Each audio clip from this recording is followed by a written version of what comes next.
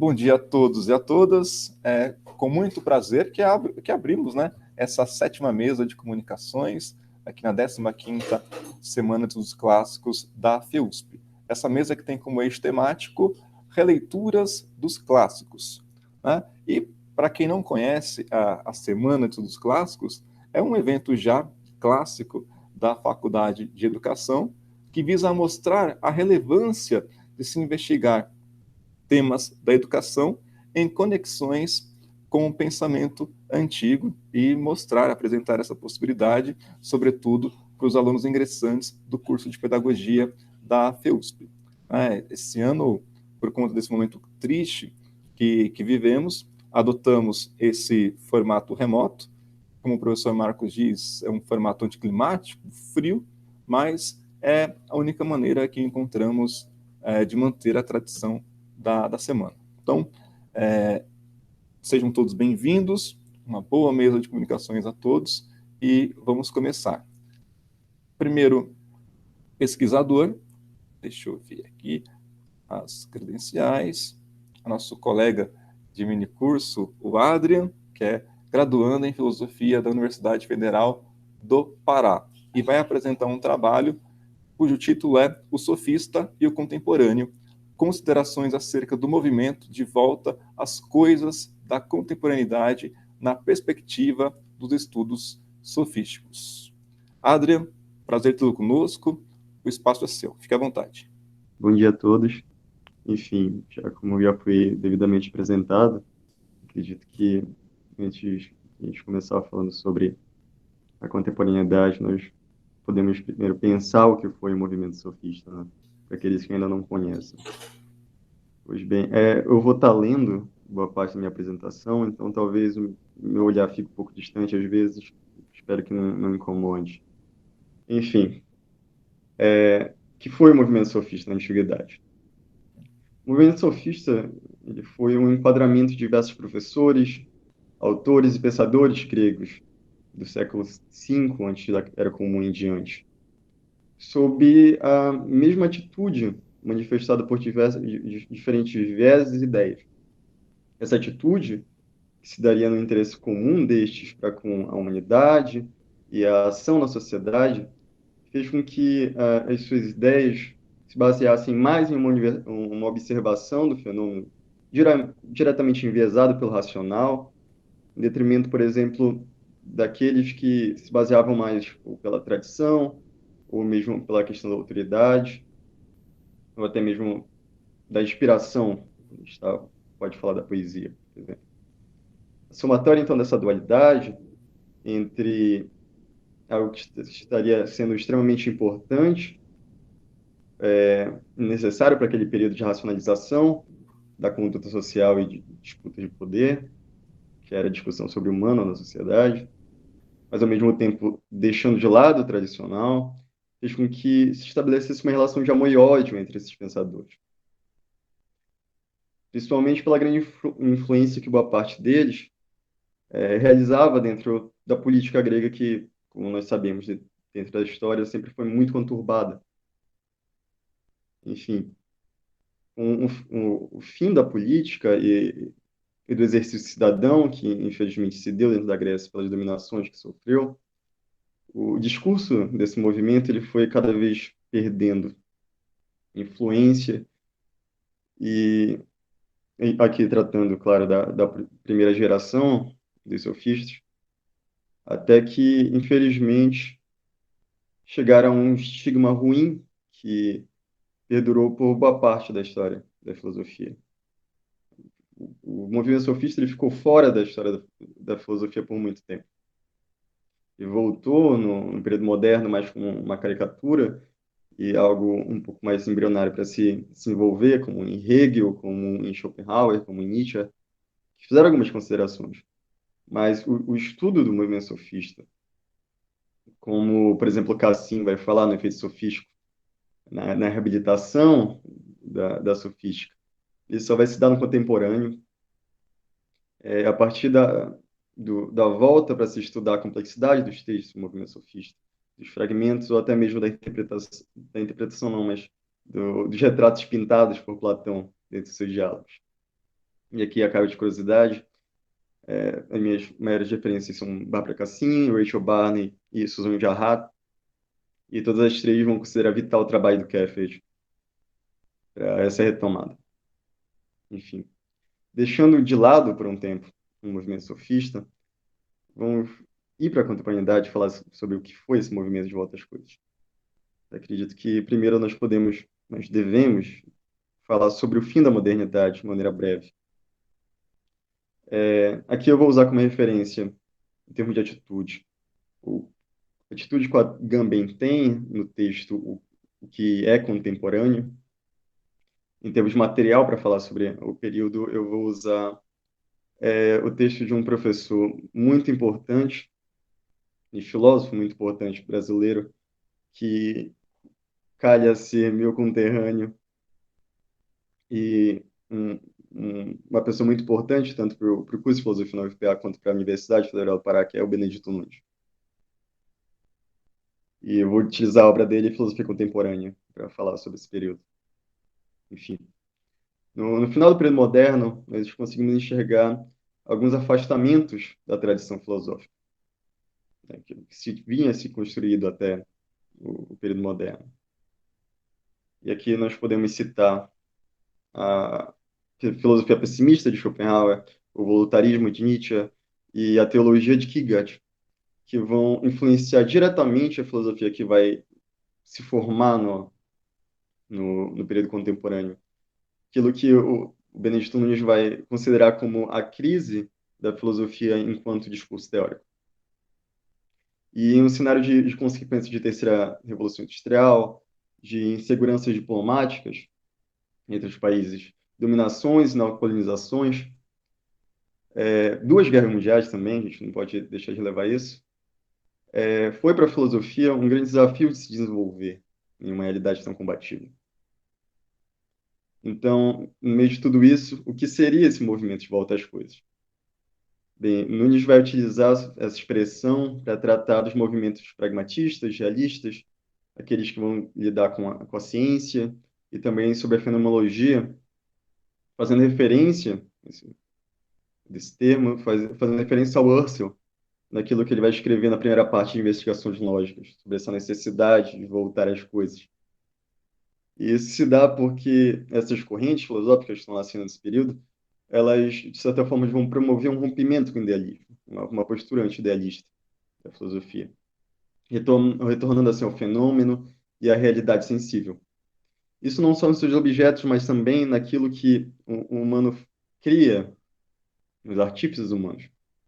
E isso é uma pontuação extremamente importante por ser citado, pois a linguagem vai ser, com toda certeza, o ambiente filosófico da primeira parte da contemporaneidade, na verdade, da primeira parte do século XX, que mais vai ser explorado, acredito que até ali, na década de 60, com Lyotard.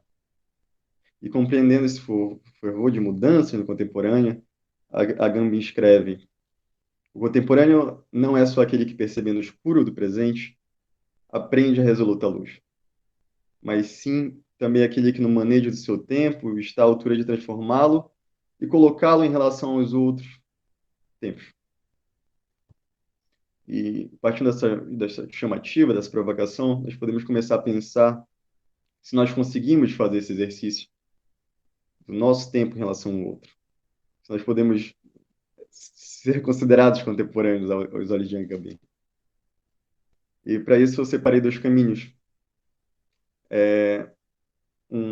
Para a gente pensar a contemporaneidade. Um mais antigo, eu diria para nós, mas é que, sendo bastante sincero, eu tenho apenas 20 anos, então para mim é muito antigo, eu não sei para vocês, mas que seria a linguagem como objeto de estudo mais popular na filosofia, que se deu até a década de 60, por exemplo.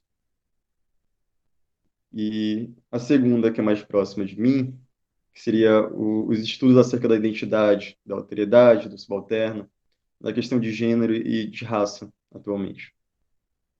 Enfim, uma citação aqui muito importante, a gente tratar também, voltar a falar sobre o movimento sofista, Rachel Barney, na obra, no artigo que ela vai falar sobre o movimento sofista, ela, ela diz assim, abre aspas, se há algum consenso entre os defensores do movimento sofista, assim como entre seus inimigos também, é a visão cambiante de que eles são contemporâneos. Por serem racionalistas e iluministas, falando sobre aqueles que pensaram no período moderno, ou eminentes vitorianos, cínicos, e já na perspectiva pós-moderna ou contemporânea, perspectivistas, filósofos analíticos da moral, e, em última instância, pós-modernos.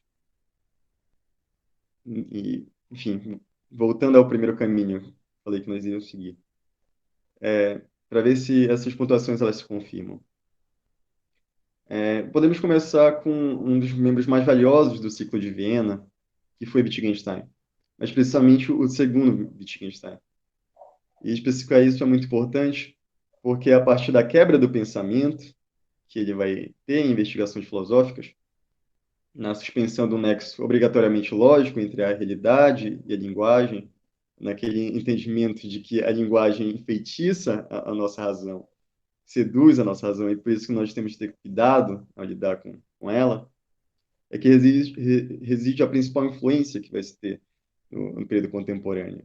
Vai influenciar tanto os estudos da linguagem, quanto até os estudos de ideologia, como em Bakhtin, por exemplo.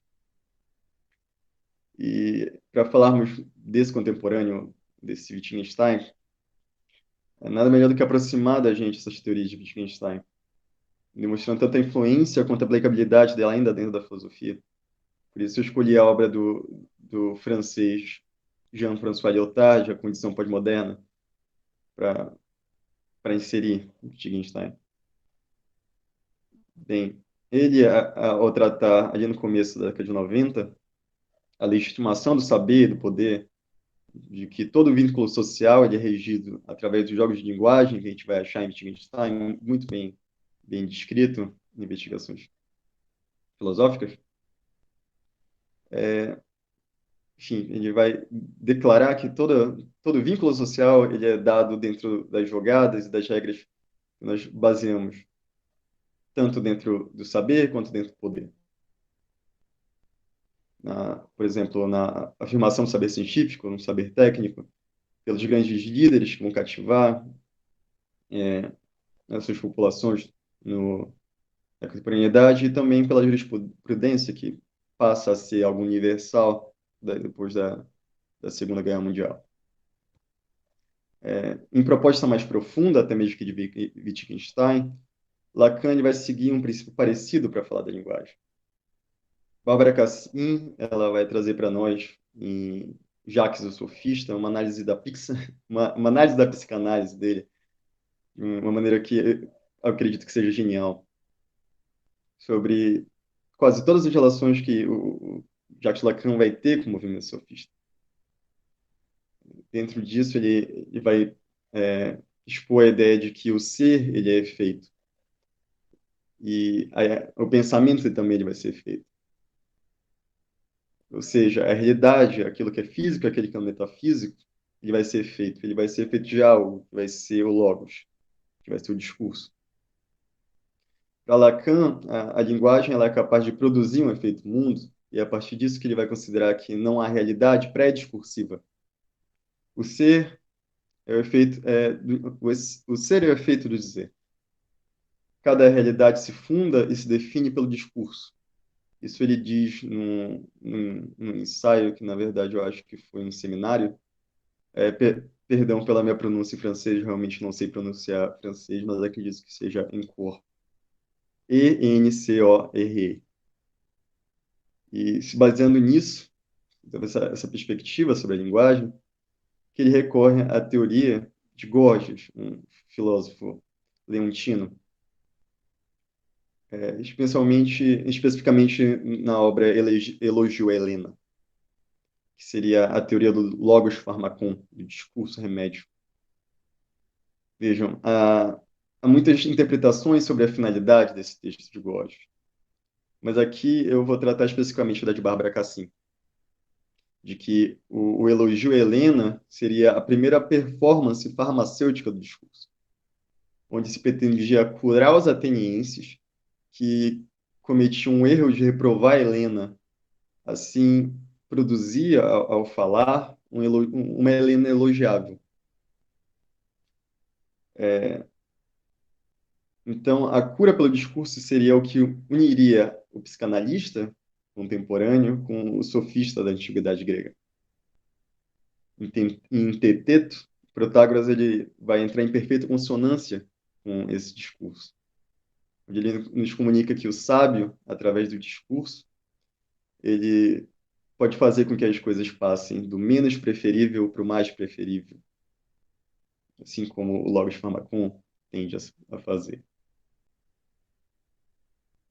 Portanto, nós podemos concluir nessa parte que, levando em consideração a majestade do Logos para alguns sofistas e para Lacan, o discurso da linguagem dentro da leitura de Wittgenstein e de Lyotard entra também em consonância com esses mesmos. Mas, o que cabe a pergunta, será que para todo contemporâneo tudo estaria sob o magistério do discurso? Provavelmente nós voltaremos nessa questão. Mas agora, para a exposição no segundo caminho, os estudos da identidade, algo que é muito presente nas pesquisas da área da humanidade, assim como interesse nosso, nossos dias, eu vou utilizar de Susan Jarrah, onde na obra Relendo a Retórica Clássica Sofista, ela vai fazer uma relação entre o discurso do outro, né, o discurso da autoridade, e o movimento sofista, tendo como viés principal o movimento feminista. Além dos paralelos colocados entre a condição estigmatizada e preconceituosa que se teve dos sofistas, como um paralelo com a condição feminina durante toda a história, como também ponderações que ela faz sobre o feminismo e retórica, Jarrah vai deixar claro que uma das estratégias centrais para esse feminismo vai ser a revisão da naturalizada lógica patriarcal através da narrativa, ou seja, novamente, do logos, colocando em seu lugar um discurso fruto das experiências das mulheres durante a história, faltando também, de maneira clara, a necessidade de diversidade desses discursos. Seria, então, uma revisão do nomos, do comportamento social, demonstrando assim, tal qual os sofistas fizeram, de que ele é uma convenção e que ele pode ser criado por tendenciosidade. E aqui eu vou parafrasear Jarrah sobre esse assunto. Abre aspas. As feministas atuais estão se comportando, estão se tornando sofistas, no melhor sentido do termo, ao elaborarem soluções retóricas para o problema de definir uma teoria com a maior capacidade possível em mudar a realidade das mulheres. Fecha aspas. Continuando nesse caminho, nós podemos tentar enxergar a mesma atitude nos estudos raciais, que também trata do outro, trata de um caráter de autoridade. E aqui, sendo bastante sincero, eu poderia ter pego uma diversidade de autores igualmente competentes para falar sobre o assunto, porém eu escolhi aquele Mbembe por trazer, num ensaio necropolítica, uma questão crucial para esse debate que a gente está tendo. Mbembe vai demonstrar que... Opa, perdão. Mbembe vai demonstrar que a dinâmica do biopoder proposta por Foucault, da legitimação da morte, do direito de matar assegurado pelo Estado e no Estado, é insuficiente para falar sobre as relações raciais em questão de extermínio. Por isso que ele vai propor a questão da necropolítica. Enfim, por mais que seja, como o Foucault disse, comum a adequação dos Estados modernos nessa lógica do poder, a contemporaneidade ela vai viver condições que possibilitam a nós enxergarmos o deslocamento dessa lógica para além do Estado e das instituições dele. O Mbembe vai colocar a questão do colonialismo, a modernidade tardia, para imprimir que a desumanização do outro, a retirada do resguardo das leis desses seres, os colocando em uma condição de selvagem, faz com que o direito soberano de matar, nessas circunstâncias, seja muito mais amplo e aprofundado. Bem, esses estudos eles vão ter um intuito, tanto do movimento feminista quanto aqueles de questões raciais. Diferentemente daquilo que foi bem quisto na tradição filosófica, das teorias contemplativas, do saber em si mesmo, para o desenvolvimento do intelecto. Só um momento.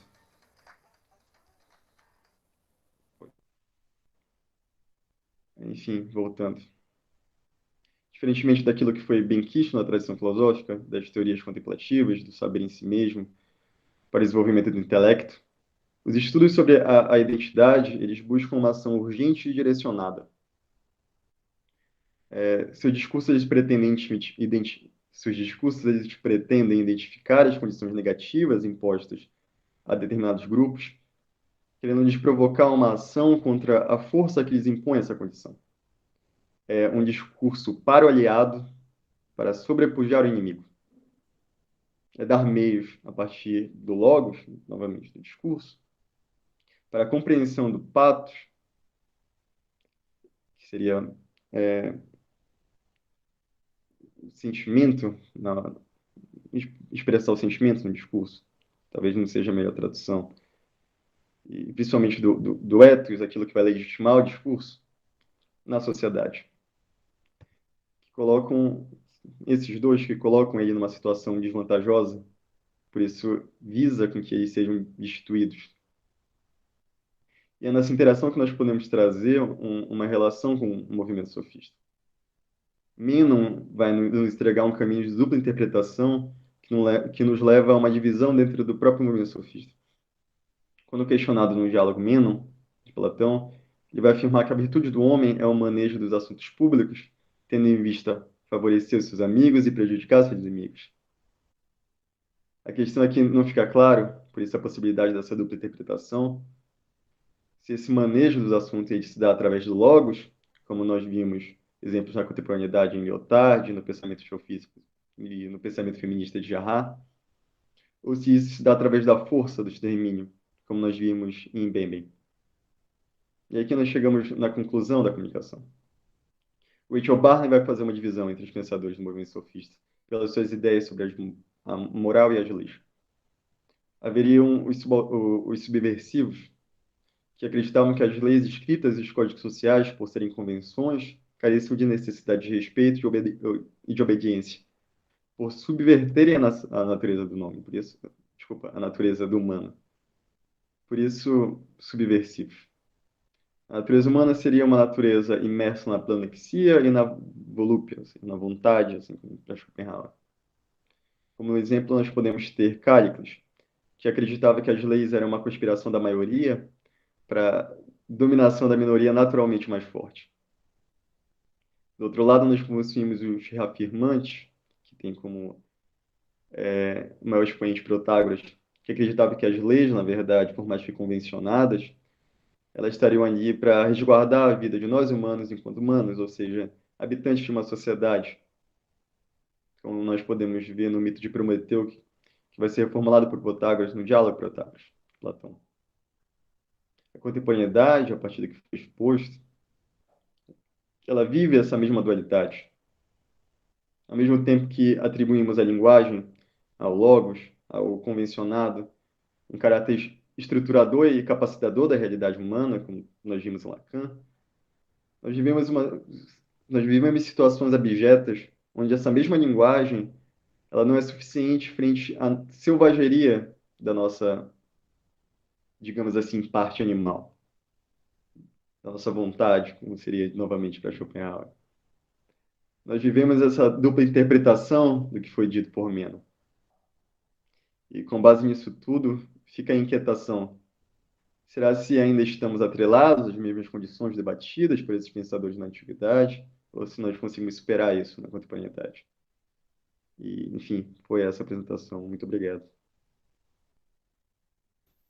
Excelente, meu caro Adrian. Parabéns. Se tivéssemos um efeito de aplausos, colocaríamos para você, tá? Muito, muito obrigado. Respeitou direitinho o tempo.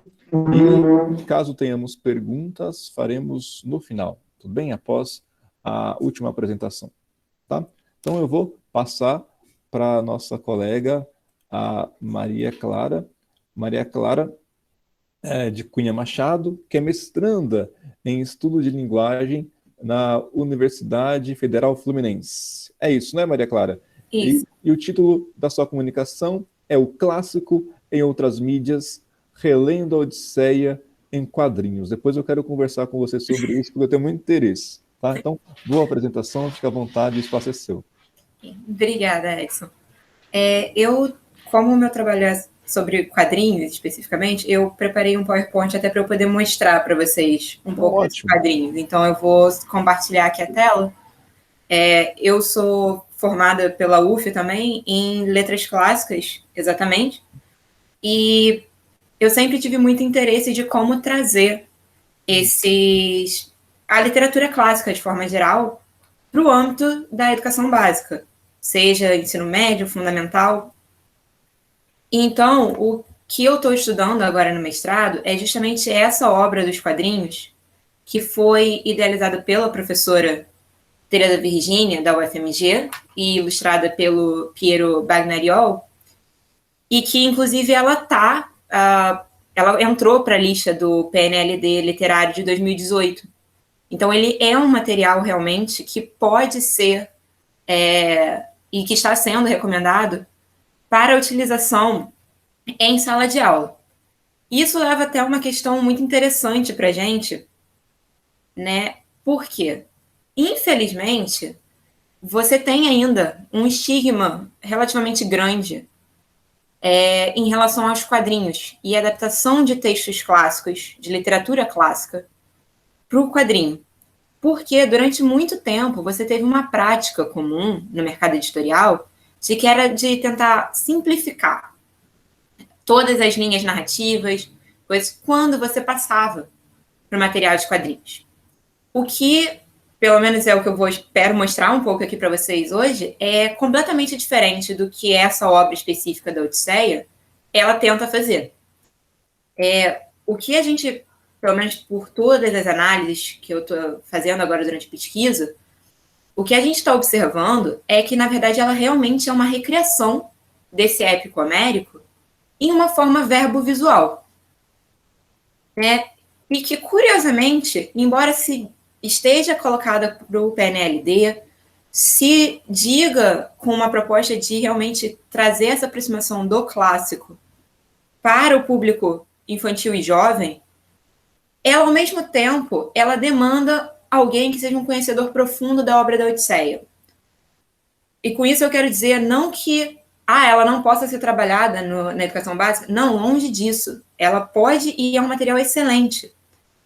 Mas ela é tão próxima do que é o poema clássico que ela, em certa medida, para alguém não conhecedor da Odisseia, ela demanda uma certa mediação. E, bom, vamos ver no final da apresentação se vocês concordam com essa linha que está se delineando com a pesquisa.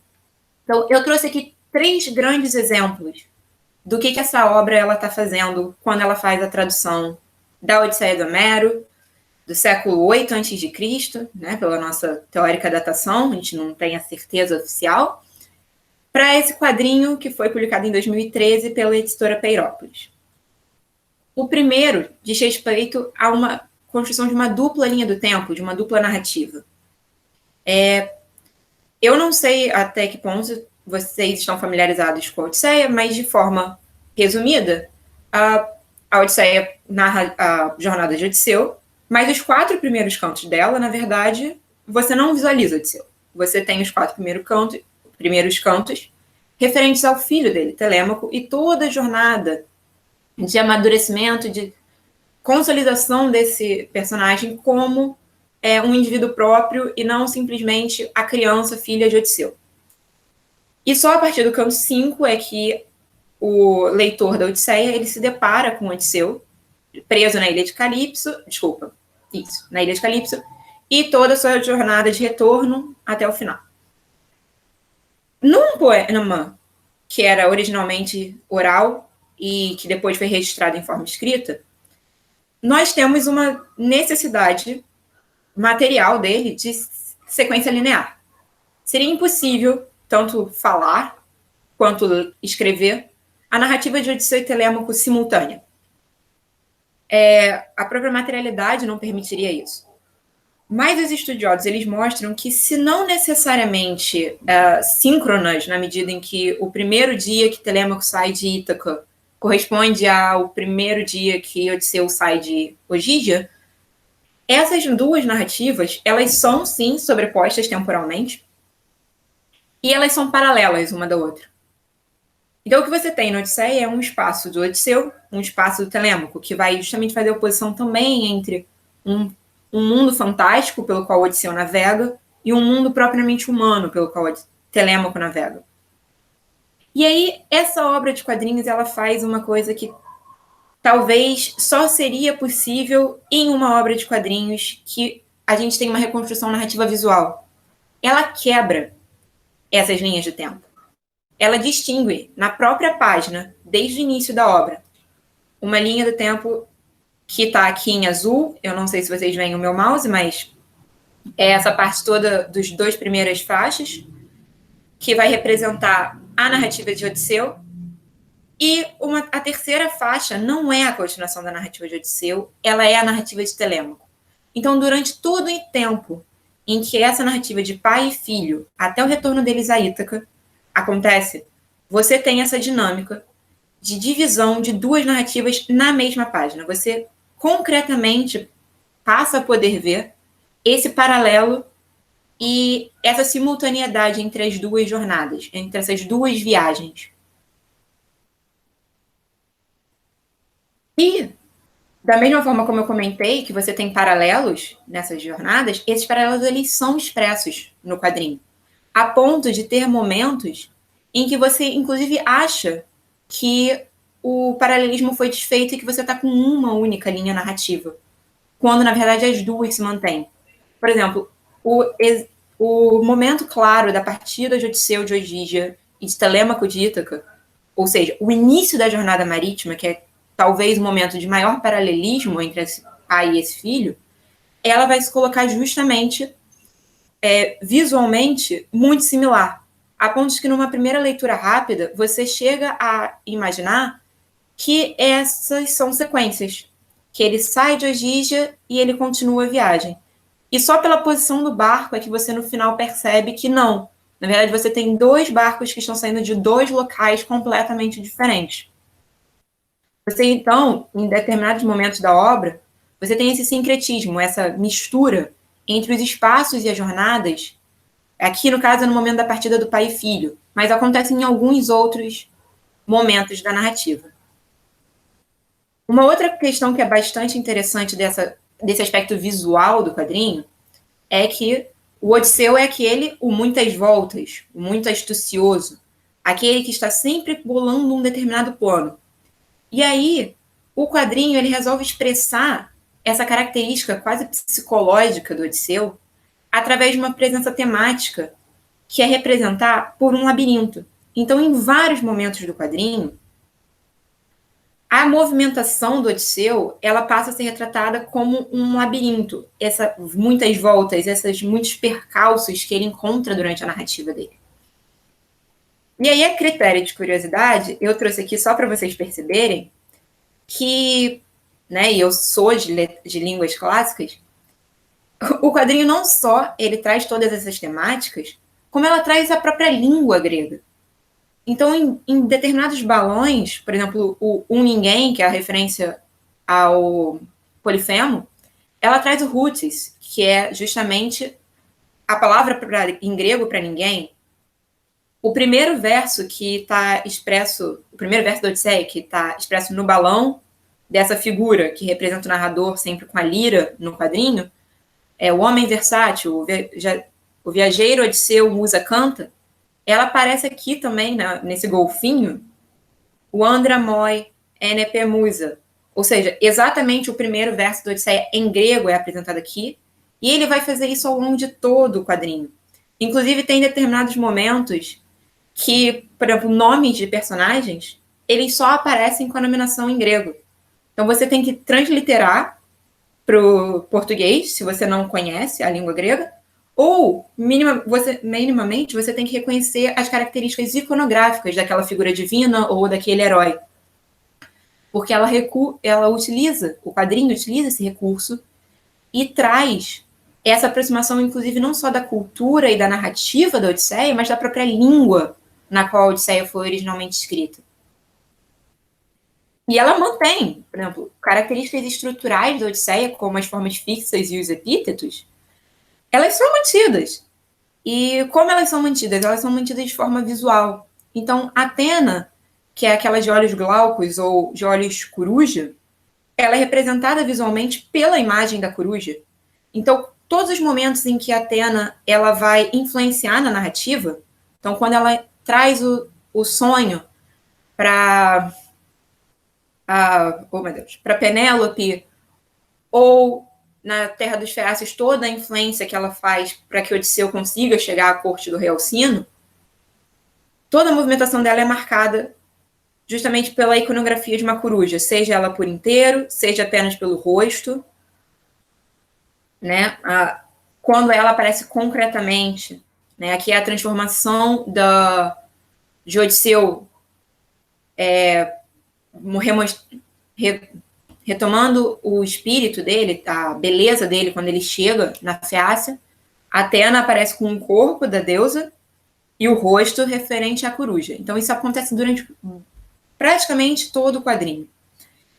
Outra coisa também é, por exemplo, a marcação de dias na Odisseia, ela é muito importante, até para você ter um mapeamento da duração dessa jornada.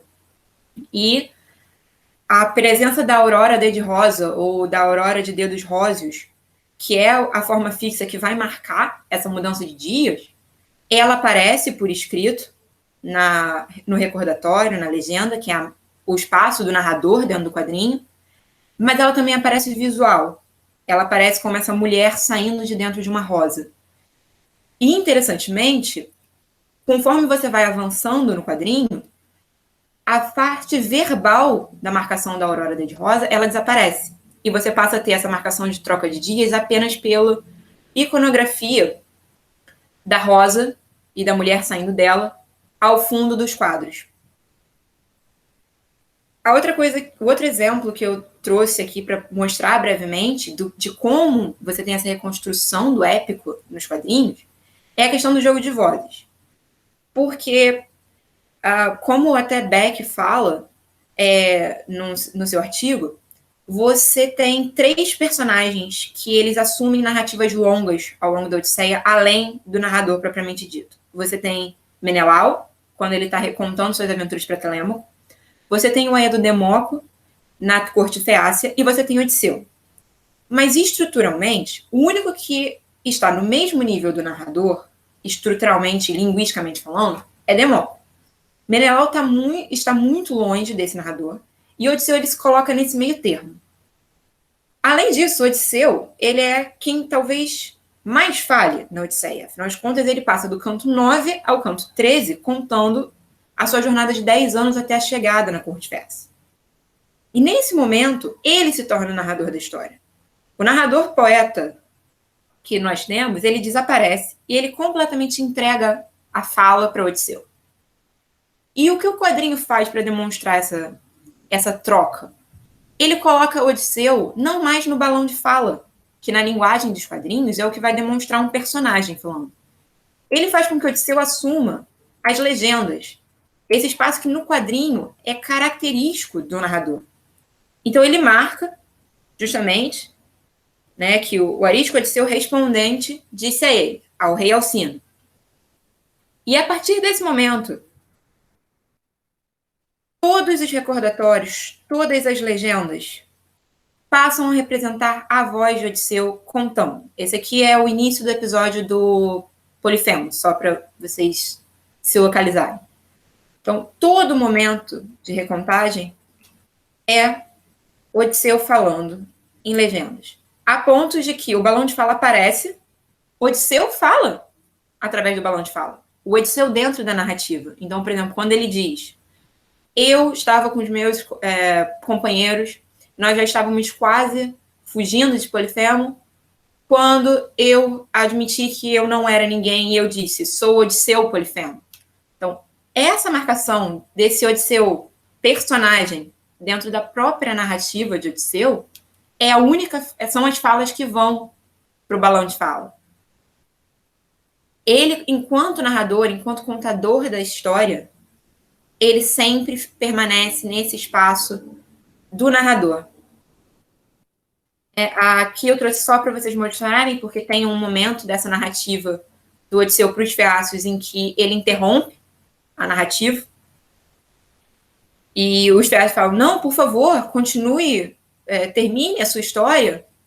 E aí ele, ao retomar, olha que interessante, ele tem um balão de fala, você tem a marca do apêndice, que é o balão de fala, mas o próprio balão do Odisseu faz um formato retangular, que é visualmente o formato das legendas, de forma canônica.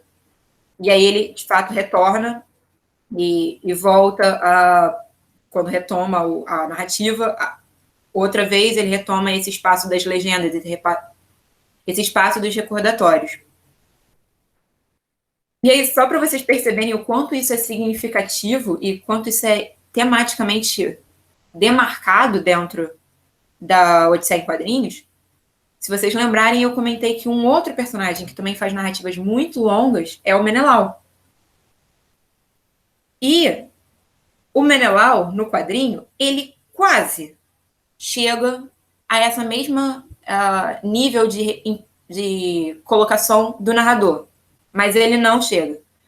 Ele permanece o tempo inteiro, tal qual o Odisseu no quadro que eu mostrei atrás, nesse entremeio entre um balão de fala que tem forma de um recordatório ou que tem forma de uma legenda, mas sempre demarcado um balão de fala, mostrando essa quase hierarquia entre o narrador, o Odisseu, enquanto narrador da sua própria história, e Menelau enquanto narrador da sua própria história. Com o Odisseu sendo aquele que mais se aproxima. E não por acaso, a gente tem uma temática que coloca o Odisseu justamente como similar a um poeta. Durante o confronto com os pretendentes, nós temos a símile icônica de que Odisseu puxou a corda do arco tal qual um poeta dedilha sua lira. Essa símile, eu não trouxe aqui o exemplo, mas ela está visualmente marcada no quadrinho. Mas é interessante que a gente tem essa temática estrutural apresentada no quadrinho, como eu já tinha mostrado, e quando a gente chega ao final da narrativa da narrativa homérica, você tem um segundo momento no poema em que Odisseu vai contar o que aconteceu com ele durante a sua ausência de Ítaca, que é justamente quando ele relata para Penélope todas as milhões de desaventuras que ele enfrentou. E no poema, Homero faz essa passagem em discurso indireto. Ele, enquanto narrador, fala que Odisseu contou a Penélope que ele esteve em Ogígia, que ele enfrentou Polifemo e todas as outras passagens.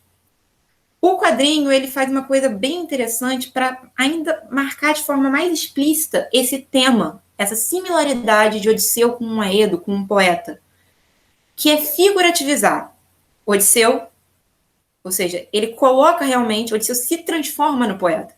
Ele passa a ser acompanhado, nesse momento em que ele está recontando em discurso direto, no balão de fala, com uma lira, que durante todo o quadrinho é a marca do narrador.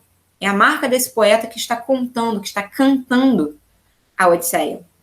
Então, essa passagem aqui foi apenas para mostrar realmente essa aproximação e o quão forte essa temática ela é trabalhada ao longo do quadrinho. E aí, o meu último exemplo, que talvez seja o exemplo mais interessante, a nível, inclusive, de mostrar essa tentativa de recriar um poema oral dentro de uma linguagem de quadrinhos, é o episódio do Massacre dos Pretendentes. Por quê? Quando você lê esse episódio na Odisseia, você sabe que os pretendentes morrerão. Você tem 3 presságios anteriores que indicam isso. Mas os pretendentes, eles não sabem. Eles não sabem que Odisseu está nos seus salões. Eles não sabem que Odisseu está disfarçado. E você mesmo, como leitor, você espera a vitória de Odisseu, mas você não espera que a vitória de Odisseu seja tão rápida. Afinal de contas, são 108 pretendentes contra Odisseu, Telêmaco, o porqueiro e o vaqueiro. São 4 pessoas contra 108. Uma proporção um tanto quanto ruim, digamos assim. Então, quando você lê esse episódio na Odisseia, o que você tem é uma sensação de caos. São pretendentes correndo para todos os lados, tentando achar suas armas que foram escondidas, tentando confrontar essas 4 pessoas e, literalmente, a descrição é morrendo como gados indo para baixo. É a símile que é feita ao longo do poema. E um poema extremamente violento, a flecha perfura a garganta enquanto o Antino está bebendo vinho, o sangue se mistura com o vinho na descrição do poema. E como é que esse episódio ele é retratado dentro dos quadrinhos? Bom, esse é o início dele, ele é retratado em 3 páginas, o que mantém essa velocidade de acontecimentos, porque, por exemplo, no poema são 389 versos para todo o episódio do Massacre dos Pretendentes, desde o primeiro disparo de flecha de Odisseu até o perdão do Aedo, que se encontrava na corte de Odisseu em Ítaca, e a descrição física de que ele viu todos os corpos caídos no chão. Então, ele mantém essa proporção, porque no quadrinho ele utiliza 3 páginas para fazer isso. E ele inicia aqui com essa flecha sendo disparada. Como vocês podem ver, essa descrição da violência que eu comentei, ela é bem marcada. Você tem quase uma descrição em câmera lenta aqui da morte do Antino, sendo perfurado na garganta pela flecha, caindo, o sangue jorrando pelo seu nariz, os olhos vermelhos por conta, né, de toda a questão da morte dele. E todos os pretendentes, inclusive aqui, quando Odisseu começa a atirar neles, a representação deles não é mais um corpo físico, são só esses olhos já vermelhos, todos marcados de sangue, que é a representação já da morte deles, que virá desse coletivo de pretendentes. E aí a gente chega na movimentação propriamente dita do massacre, uma vez que ele tem o início, e aí que fica bastante interessante. Por quê? Nós da cultura ocidental, a gente lê um quadrinho, ou a gente vai considerar isso como 2 páginas, e nós vamos ler da esquerda. Então, nós vamos ler da esquerda para a direita, uma página por vez, ou nós vamos considerar essa página como uma página dupla e vamos ler da esquerda da direita, mas considerando as 2 páginas. O problema é que nenhuma dessas 2 formas de leitura é compreensível. Se você ler de qualquer uma dessas 2 formas, os acontecimentos narrativos não fazem sentido. Se você fizer um levantamento em relação aos acontecimentos do poema, você percebe que a ordem verdadeira de leitura é esta coisa bastante confusa, que se vocês seguirem que eu demarquei aqui com as setas, você tem que ler esse primeiro quadro em roxo, descer, ler essa movimentação em amarelo, que na verdade representa 3 momentos distintos, ler toda a situação em que eles lidam com o servo traidor de Odisseu, a influência de Atena, novamente aqui marcada, como eu tinha mencionado anteriormente, pelo olho da coruja, o Odisseu e Telêmaco e seus aliados concretamente se transformando esses portadores da morte, representados pelos corvos, o momento do perdão do Aedo e a finalização do massacre dos pretendentes. Uma ordem de leitura completamente diferente de qualquer coisa esperada, uma ordem de leitura que é difícil de você encontrar se você não conhecer a Odisseia previamente ou não tiver alguém que lhe ajude a moderar essa ordem de leitura, mas que ao mesmo tempo é tão caótica que coloca você como leitor justamente no papel desse pretendente que não sabe o que está acontecendo, não sabe de onde o próximo ataque virá e que não entende como eles podem estar perdendo. De novo, eram 108 pretendentes contra 4. Então, né, essas aqui são as minhas referências, eu vou sair daqui da apresentação só para concluir. Então, o que você tem ao longo desse quadrinho são várias estratégias e Eu sei que foi um pouco rápido, mas eu tentei trazer aqui o maior número possível de exemplos que eu pude para mostrar de como esse material ele é rico e como esse material propriamente traz toda essa riqueza narrativa, linguística, temática, figurativa que você tem no poema homérico original para uma linguagem que é extremamente moderna, extremamente contemporânea, extremamente querida por jovens e crianças, e que, portanto, ela realmente pode ser usada com um material de divulgação da cultura e da literatura clássica muito forte, e que tem a possibilidade de ser extremamente atrativo. Até por isso, porque ele é tão complexo que você facilmente pode perceber uma tentativa posterior de, nossa, isso é tão legal. Aí eu fiquei curioso para ler uma outra adaptação da Odisseia, ou, quiçá, ler a obra original, né, ler uma tradução para o português do poema homérico da Odisseia. Então, era um pouco isso que eu queria mostrar, que é essa possibilidade de como novas mídias elas podem aproximar sem menosprezar e sem diminuir o material original. Então, era isso, gente. Muito obrigada. Excelente, Maria Clara. Muito, muito bom. Gostei muito. Depois conversaremos mais. Tá? Vamos passar para o próximo pesquisador. É o professor Cláudio Walter Gomes Duarte, que é mestre em arqueologia pela Universidade de São Paulo, é doutor em arqueologia também pela Universidade de São Paulo, pós-doutor pela Faculdade de Arquitetura e Urbanismo da Universidade de São Paulo e é professor do curso de bacharelado em arqueologia da Universidade Metropolitana de Santos, a Unimes. É um prazer, me sinto muito honrado de tê-lo aqui conosco, professor. O espaço é seu. Muito obrigado, eu que agradeço a oportunidade de estar nesse evento. Eu lembro que eu estava no Facebook um dia, eu vi a apresentação desse evento com a Maria Aparecida, que é uma tradutora de vários livros de Heródoto, e depois eu descobri que eu já participei de um evento como esse já faz alguns anos, quando eu ainda era aluno do doutorado, do mestrado, e eu achei muito interessante participar novamente.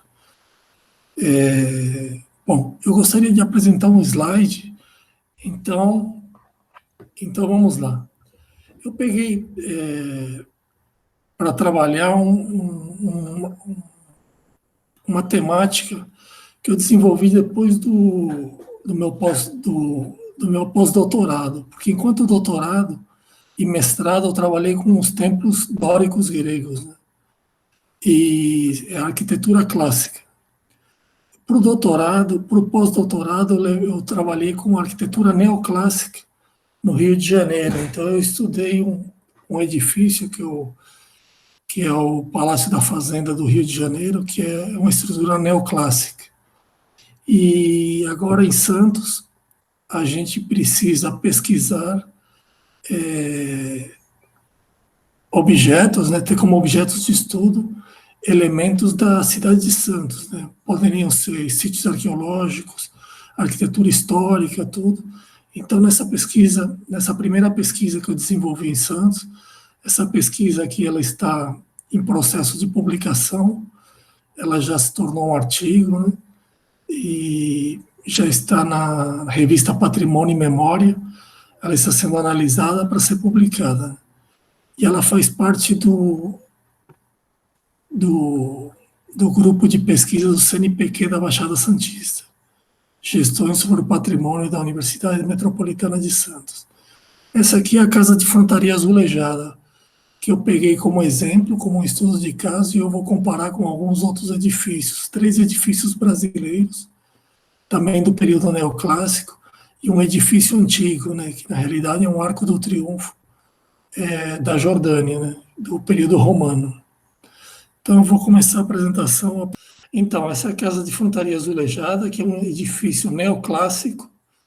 Ele tem um frontão neoclássico, vocês estão vendo esse triângulo em cima, bem característico da arquitetura neoclássica, um frontão originariamente grego, romano, poderia ser. E tem vários arcos, né? Vários arcos que foram utilizados muito na arquitetura romana. Os gregos eles já conheciam o arco, mas os que eternizaram o arco praticamente foram os romanos. Então esse aqui é um edifício neoclássico com essas características de maneira rápida, depois eu vou entrar mais em detalhe. Eu vou fazer um pequeno resumo da apresentação, né? Essa comunicação objetiva é apresentar um panorama da arquitetura neoclássica, trazendo um exemplo importante da cidade de Santos. Santos teve uma arquitetura neoclássica significativa, que com o avanço da urbanização foi gradativamente perdida. O estudo de caso apresentado é a análise da fachada da Casa de Frontaria Azulejada, de 1865, um icônico e bem preservado representante da arquitetura neoclássica santista. Para isso, comparamos a fachada dessa casa com as seguintes edificações: a antiga Alfândega de Santos, a Academia Imperial de Belas Artes do Rio de Janeiro, a Academia Pernambucana de Letras em Recife e o Arco de Adriano em Gerasa. Concluímos que essas edificações guardam relevantes correspondências arquitetônicas. Originalmente, a Casa da Frontaria Azulejada, de 1865, foi construída para servir como residência e armazém para o comendador português Manuel Joaquim Ferreira Neto. Ficou conhecida pela sua arquitetura neoclássica e seus azulejos portugueses em alto relevo. Posteriormente, adotou outras funções, tais como escritório, hotel, armazém de cargas e depósito de adubos químicos. Quando a casa foi desapropriada pela prefeitura em 1986, a fachada estava seriamente danificada, sem teto e sem andar de cima. Em 1992, a casa passou por um importante e preciso restauro que contabilizou 7.000 peças novas. De 1996 a 2005, funcionou em seu anexo o arquivo permanente e, a partir de dezembro de 2007, foi aberto ao espaço público como Espaço Cultural Frontaria Azulejada. O edifício é localizado na Rua do Comércio, números 92, 94, 96 e 98, em Santos, São Paulo, e mostra a lista publicada pelo Condepasa.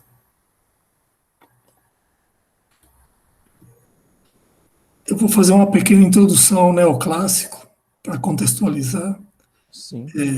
Mais do que um estilo que antecipa o ecletismo, o neoclássico foi um movimento cultural que surgiu na Europa em meados do século XVIII. Foi uma reação racional à emotividade barroca do século XVII, o que gerou o neoclassicismo. Este movimento é composto, por um lado, por um aspecto revivalista e, por outro, por um aspecto de fantasia e de imaginação, que cria um clássico que é, antes de tudo, um limiar da modernidade. Na arquitetura, o termo neoclássico significa uma apropriação adequada ao sóbrio da linguagem arquitetônica grega e romana. Apresenta-se como principais características dessa arquitetura a adoção das ordens arquitetônicas gregas, tais como a dórica, jônica e coríntia, e das ordens romanas, a toscana e a compósita. A simetria é sempre uma característica fundamental ao empregar com precisão elementos tais como frontão triangular, colunatas e arcos plenos. Segundo o pesquisador Koch, na sua obra de 2014, de maneira sintética, o classicismo é o resultado artístico que toma como referência a antiguidade e inclui nesse movimento a arquitetura do Renascimento.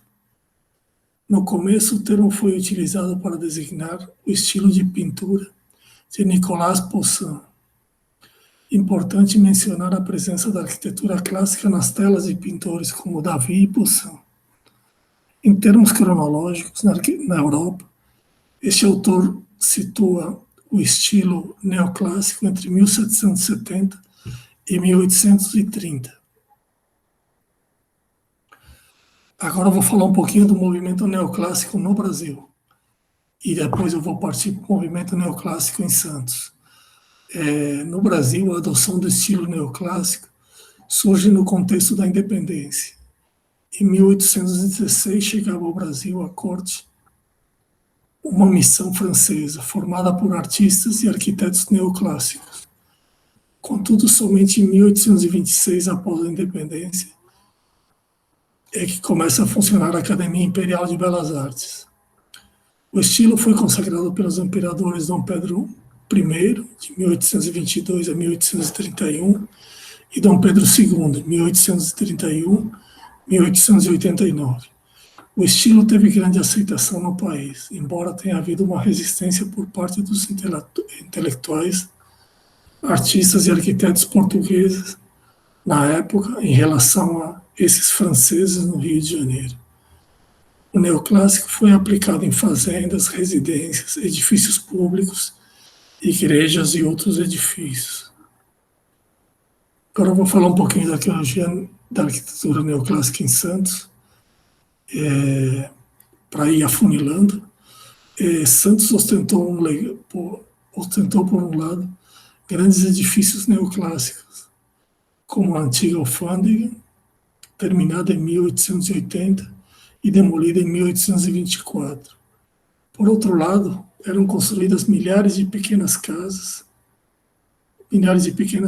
Devido ao avanço da urbanização recente, pouco sobrou desse legado neoclássico.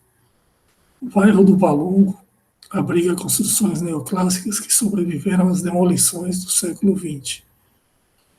Outros exemplares que resistiram foram a Casa de Frontaria Azulejada, né, da qual eu estou falando, né, que eu vou usar como exemplo, e os casarões do Largo do Marquês. Os blocos foram concluídos em 1867, 1872 e tiveram múltiplos usos, abrigando inclusive a prefeitura.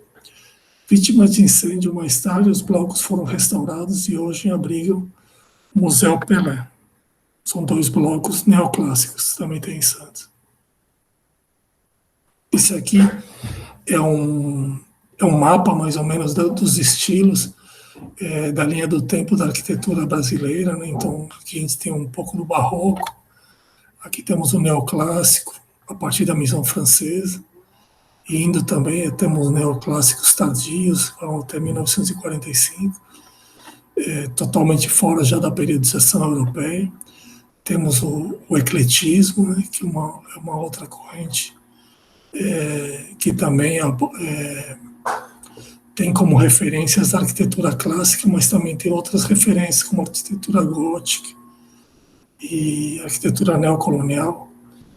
E a arquitetura, aqui temos a arquitetura moderna. Então, esse aqui é um quadro da arquitetura brasileira bem interessante. Aqui os edifícios que eu escolhi para fazer a comparação com a Casa de Frontaria Azulejada foram o prédio da Alfândega de Santos, que tem a localização na Praça da República, sem número, do centro de Santos, que data de 1880, a Academia Imperial de Belas Artes, cuja localização é o Jardim Botânico do Rio de Janeiro, de 1816 a 1826. É importante salientar que a Academia Imperial de Belas Artes ela foi demolida, foi um prédio demolido, e atualmente eles mantiveram a fachada, a elevação principal, eles remontaram essa elevação principal, um pedaço da elevação principal onde tem o pórtico e o frontal, eles remontaram no Jardim Botânico do Rio de Janeiro. Então está fora do seu lugar original. Depois a gente comparou também com a Academia Pernambucana de Letras, o antigo Solar Rodrigues Marques, localizado na rua Rui Barbosa, em Graças, no bairro de Graças, Recife, Pernambuco, e o Arco de Adriano, em Gerasa, na Jordânia, que data de 127 a.C. Agora eu vou falar um pouquinho da Casa da Frontaria Azulejada, do ponto de vista arquitetônico. A Casa da Frontaria Azulejada, ela é simétrica, podemos dividi-la em 3 partes.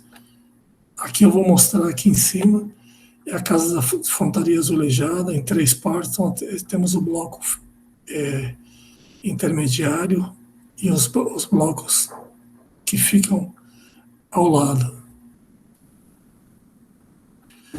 Então, a parte central é composta por 2 pavimentos no térreo. Temos uma abertura para a porta encimada por um arco pleno, que é esse aqui. Abertura com arco pleno. As aberturas são delimitadas por uma estreita varanda com um parapeito em grade.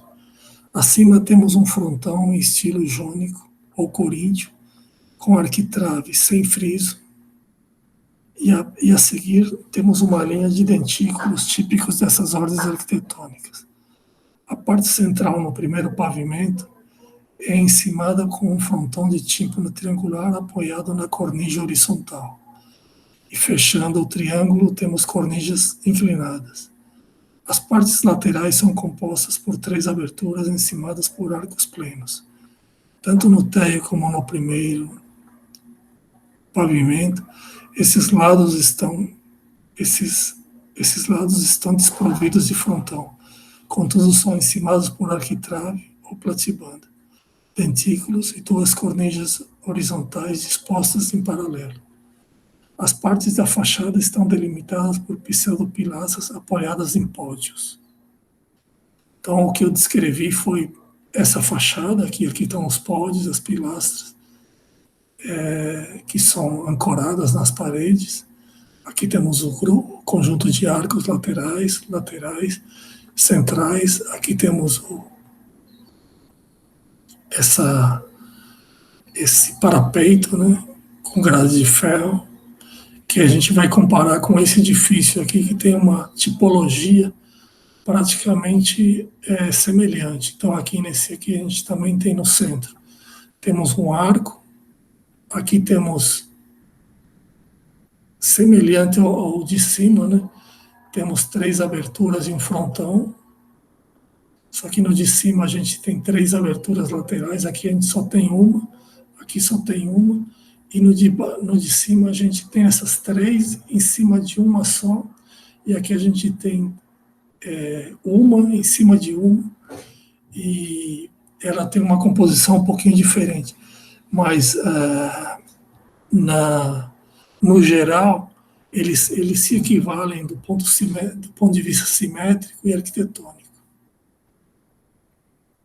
Aqui também temos uma platibanda com balaústres, e aqui pequenas estátuas.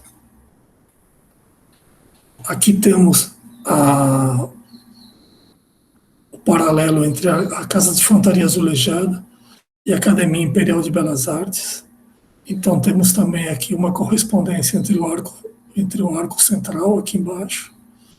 Aqui temos uma correspondência entre o frontão, e aqui temos as aberturas, aqui as 3 aberturas que corresponderiam, entre aspas, a essas aberturas feitas entre a colunata. Aqui temos uma colunata jônica de 6 aberturas, né, com 6 colunas, 5 aberturas com 6 colunas. Aqui também temos uma parte lateral com aberturas. Aqui temos uma outra parte lateral com aberturas, e embaixo temos aberturas aberturas em arcos plenos. Então aqui temos uma correspondência. Aqui também temos pilastras engastadas na parede, encimadas por pódios. Então aí a gente tem uma correspondência com esse edifício. Temos também uma correspondência com o edifício do Solar Rodrigues Mendes, atualmente a Academia Pernambucana de Letras. Então temos aqui, em vez de uma só abertura, a gente tem 3, e tem um rebatimento em cima com mais 3 aberturas. Mas do ponto de vista de volumétrico, a gente tem aberturas laterais, tem 3 aberturas laterais, 3 aberturas laterais. Aqui a gente tem um terraço, aqui a gente tem um balaústre, né, que são esse parapeito com essas coluninhas pequenas. Temos o frontão, um óculo, e aqui temos 2 vasos que complementam o fechamento aqui do frontão. Depois temos aqui um telhado, né? E aqui temos o que seria mais ou menos alguma coisa como um friso, né? Tampando o começo do telhado para quem está olhando de baixo. Depois temos aqui o paralelo mais antigo. A gente teria o Arco de Adriano em Gerasa, com um arco monumental. Então a gente tem aqui o tema do arco, que são 3 arcos. O arco do meio, né, que ele perpassa os 2 andares. Aqui temos os arcos laterais. Aqui a gente teria uma correspondência com as aberturas do primeiro andar aqui. A gente também tem o frontão, o tímpano. Temos aqui os dentículos, aqui. Temos aqui o friso, e aqui temos o arco pleno também. Aqui temos aberturas que não estão em arco, estão em frontões também. E aqui a gente consegue uma correspondência com essas colunas, que elas estão muito mais saltadas, né? Elas estão muito mais em 3 dimensões do que essas aqui, que estão bem ancoradas nas paredes. Então aqui a gente tem uma correspondência também volumétrica, com 2 volumes laterais e um volume central. Então assim a gente constitui essas aproximações arquitetônicas. São aproximações, não são rebatimentos exatos. Em considerações finais, eu diria que, embora o neoclássico brasileiro estivesse relativamente distanciado da discussão conceitual internacional e desajustado em termos cronológicos, este adotou, na medida do possível, os cânones que consagraram a arquitetura clássica, contudo de maneira menos explícita do que ocorreu com o movimento na Europa. É notável que o neoclássico brasileiro tenha raramente adotado o peristilo, né, que é uma sequência de colunas, elemento característico do neoclássico europeu. Em relação à fachada da frontaria azulejada, podemos afirmar que se trata de um edifício neoclássico tardio, ou neoclássico imperial. Há em sua concepção elementos autênticos da arquitetura clássica, essencialmente o frontão triangular, o entaulamento, o arco romano e pseudo-pilastras. Nas 5 fachadas analisadas e comparadas, encontramos um fio condutor ou concepção recorrente, volume central e 2 volumes adjacentes. Os elementos que caracterizam a arquitetura clássica e renascentista se correspondem. Interessante notar que o edifício da Academia Imperial de Belas Artes tem um peristilo jônico, enquanto a Casa da Frontaria Azulejada, a Academia Pernambucana de Letras e a antiga alfândega tem um alinhamento de 3 arcos romanos, mantendo o mesmo ritmo no pavimento superior. O Arco de Adriano, por sua vez, tem um arco monumental que perpassa 2 pavimentos da construção. Independentemente das variações dos 5 edifícios, tanto no térreo como no primeiro pavimento, todos são encibados por frontões triangulares. Não pretendemos esgotar o assunto por aqui, e é notório que esse demanda novas pesquisas, outros estudos comparativos e análises regionais mais aprofundadas. Isso convida outros pesquisadores a seguirem por essa vereda e deixa um caminho aberto para futuras pesquisas. Então, eu encerro por aqui minha apresentação. Muito bom, professor. Muito bom. Excelente.